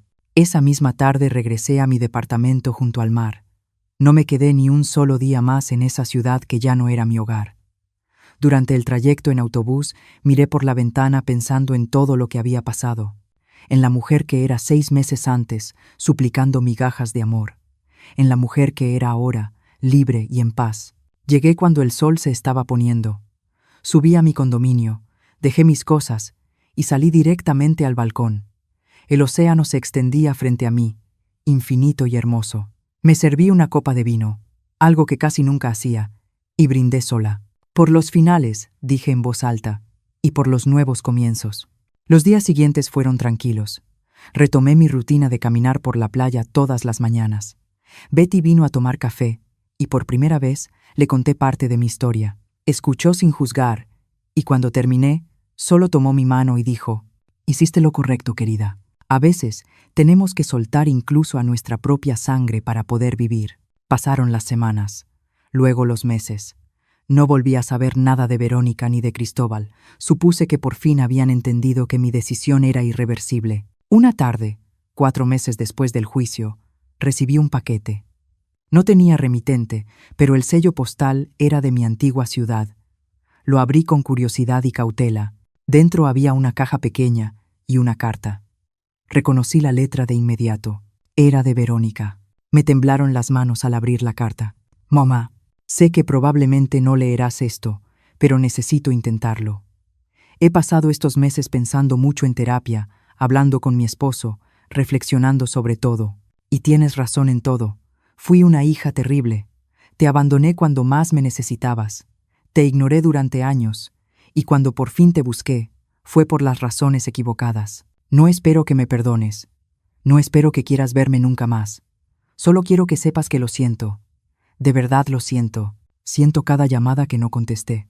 Siento cada cumpleaños que olvidé. Siento cada puerta que te cerré en la cara. Siento haber privado a mis hijos de conocer a su abuela. Siento haber sido tan egoísta, tan ciega, tan cruel». La carta continuaba por 2 páginas más. Hablaba de cómo había empezado a ir a terapia y cómo eso la ayudó a entender que había repetido patrones de su propio miedo al abandono, cerrándose emocionalmente. Hablaba de Cristóbal, que seguía en negación, pero de que ella ya no podía seguir así. Hablaba de sus hijos, de cómo había empezado a contarles sobre mí, sobre la abuela que no conocieron por su culpa. «La caja contiene algo que encontré en el ático», decía la carta. «Algo que guardaste para mí cuando era niña. Pensé que deberías tenerlo de vuelta. No te pido nada, solo que sepas que ahora entiendo quién falló aquí, y no fuiste tú. Con amor y arrepentimiento, Verónica». Abrí la caja con lágrimas en los ojos. Dentro había un collar viejo, de esos que se compran en puestos de recuerdos, pero lo reconocí de inmediato. Era el primer regalo que Verónica me había dado cuando tenía 7 años. Lo había comprado con sus propios ahorros, 5 pesos que reunió durante meses. Me lo dio el Día de las Madres, junto con una tarjeta hecha a mano que decía, para la mejor mamá del mundo. Había guardado ese collar durante años como un tesoro. Debió encontrarlo cuando vaciaron mi antigua casa después de venderla. Sostuve el collar en mis manos y lloré. No eran lágrimas de alegría ni de reconciliación. Eran lágrimas de duelo por lo que pudo haber sido y nunca fue. Por la relación que debimos tener y se perdió. Por los años que jamás recuperaríamos. Guardé la carta y el collar en una caja al fondo del closet. No respondí. No llamé. No busqué a Verónica. Porque, aunque apreciaba su disculpa, aunque reconocía su aparente sinceridad, también sabía que algunas cosas se rompen de formas que no pueden repararse. Y estaba en paz con eso. Había pasado 20 años intentando forzar una relación que mis hijos no querían. No iba a pasar el resto de mi vida haciendo lo mismo, ni siquiera si ahora era uno de ellos quien buscaba reconectar. Mi vida ahora era mía. Mi tiempo era mío. Mi paz era mía. Y no estaba dispuesta a arriesgar nada de eso. Ni siquiera por la posibilidad de recuperar a una hija que había perdido hacía mucho tiempo. 6 meses después de recibir esa carta, en una mañana particularmente hermosa, estaba tomando café en mi balcón cuando Betty subió con un pastel. «Es tu cumpleaños», anunció con una sonrisa. 70 años merecen celebrarse. Había olvidado por completo mi cumpleaños. Ya ni llevaba la cuenta de esas cosas. Pero Betty lo había recordado porque lo mencioné meses atrás en una conversación casual. Cortamos el pastel y lo comimos viendo salir el sol. Ella me contó historias de sus 72 años, de sus arrepentimientos y de sus alegrías, y yo compartí mis propias reflexiones. Llegué a esta edad, sintiéndome por fin libre, le dije. Libre de expectativas que nunca se cumplieron. Libre de una familia que me veía como una carga. Libre de rogar por un amor que no era recíproco. ¿Y sabes qué, Betty? Se siente glorioso. Levantó su taza de café en un brindis. Por la libertad, dijo. Por la dignidad. Por las mujeres que por fin dijeron basta. Brindamos y el sol terminó de elevarse sobre el océano. En ese momento entendí algo fundamental. Yo no había perdido a mis hijos. Mis hijos me habían perdido a mí. Y era su pérdida, no la mía. Porque yo había pasado 70 años aprendiendo a amar sin condiciones, a dar sin esperar nada a cambio, a ser fuerte incluso cuando todo se derrumbaba. Crié sola a 2 hijos. Trabajé hasta el agotamiento. Sacrifiqué absolutamente todo por ellos. Y cuando por fin decidí dejar de sacrificarme, cuando por fin elegí mi propia paz por encima de su comodidad, me convertí en la villana de su historia. Pero no me importó ser la villana si eso significaba por fin ser libre. Hoy, 3 años después de aquella fiesta de cumpleaños que lo cambió todo, sigo viviendo en mi condominio junto al mar. Tengo 72 años. Mi cabello es completamente blanco y ya no me molesto en teñirlo. Tengo arrugas profundas que cuentan la historia de una vida plena, con sus dolores y sus victorias. Camino por la playa todas las mañanas sin falta. He hecho amistades aquí, mujeres de mi edad que entienden lo que significa reinventarse en la última etapa de la vida. Vamos juntas a clases de yoga. Organizamos cenas. Celebramos nuestros cumpleaños. Somos la familia que elegimos, no la que nos tocó. A veces pienso en Verónica y en Cristóbal. Me pregunto cómo estarán. Si siguen adelante con sus vidas perfectas. Si compraron su casa de playa con el dinero de alguien más. Pero esos pensamientos son cada vez menos frecuentes y menos dolorosos. No los odio. Tal vez debería, pero no lo hago. Simplemente los suelto. Los dejo ir, como se deja ir todo aquello que te lastima. Y en ese soltar encontré algo que nunca esperé encontrar. Me encontré a mí misma. Eliana, una mujer de 72 años que vive sola, pero no está sola. Que tiene poco dinero, pero el suficiente. Que no tiene familia, pero sí comunidad. Que perdió a sus hijos, pero ganó su libertad. Mi historia no tiene un final feliz en el sentido tradicional. No hay reconciliación, no hay un abrazo final, no hay perdón mutuo, ni un nuevo comienzo. Pero tiene algo mejor, tiene paz, tiene dignidad. Tiene a una mujer que por fin entendió que su valor no depende de que otros lo reconozcan. Y eso, descubrí, es más que suficiente. Termino mi café mientras el sol se eleva por completo en el horizonte. Otro día, otra oportunidad de vivir bajo mis propias reglas. Sonrío y entro para prepararme para mi caminata matutina. La vida sigue, mi vida sigue, y por primera vez en décadas, eso me llena de alegría en lugar de tristeza. Y ahora tengo curiosidad por ti, que escuchaste mi historia. ¿Qué harías si estuvieras en mi lugar? ¿Perdonar, poner límites o cerrar la puerta para siempre? Cuéntamelo en los comentarios y dime también desde dónde me estás escuchando. Gracias de corazón por quedarte hasta el final. En la pantalla te dejo 2 historias más del canal que te van a sorprender. Nos vemos allá.